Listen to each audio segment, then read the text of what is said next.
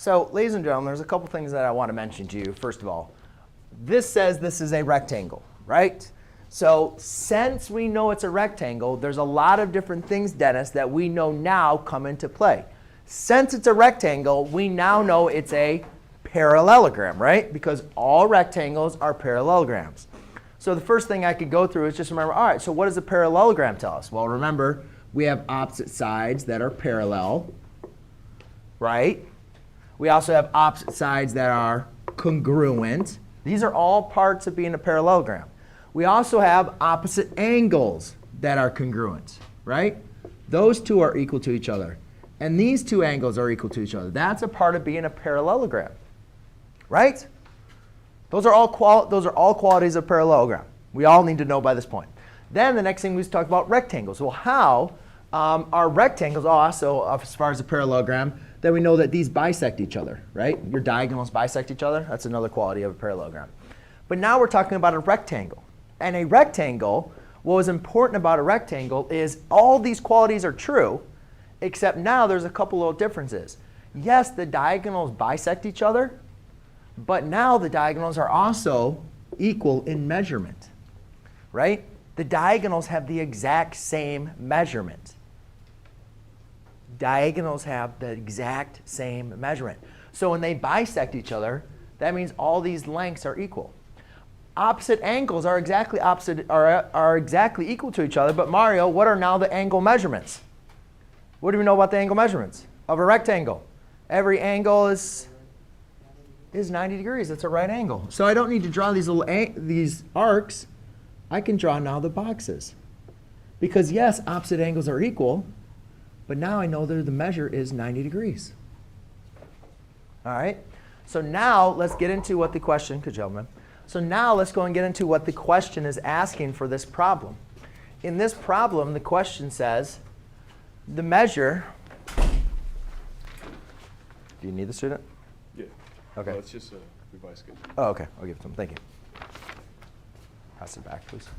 So now the problem is saying measure of angle ABD is equal to 7x minus 31. So again, let's find ABD. A, B to D. That's right there.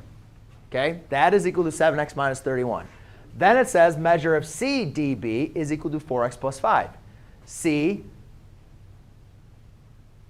was that right? Did I write those in there right? OK. C, D to B. I guess you guys didn't do them.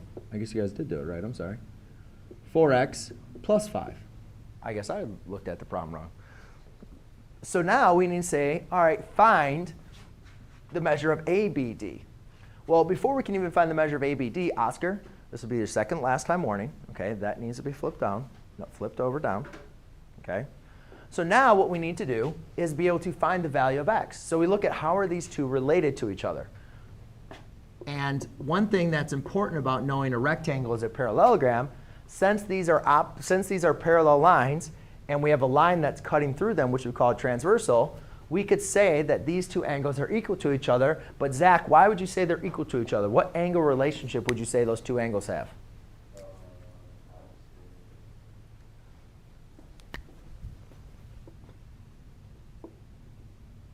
If I was to draw parallel lines, and I was going to say this angle and that angle, yeah, not opposite interior, but what's another way for saying things are on the opposite side of the transversal? Yes, Blake? Alternate interior, right? So these are alternate interior which are equal to each other.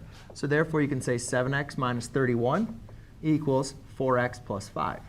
Now we can go and solve for x. So I subtract 4x on both sides. 3x minus 31 equals 5. Add 31, add 31. 3x equals 36. Divide by 3, divide by 3. X equals 12. However, guys, that is not what the question is asking. The question does not say what is x. So now what we need to do is take x and plug it into our value for our angle, our measurement for our angle ABD, which is the expression 7x minus 31. So the measure of angle ABD is 7x minus 31. I now plug in x in for 12 minus 31. And 5 times 12 is going to be 60. So then you have 2 times 12, which would be 24. So that would be 84 minus 31, which would be 53. X equals 53. Our measure of angle ABD equals 53. OK? Questions? Yes, Asia.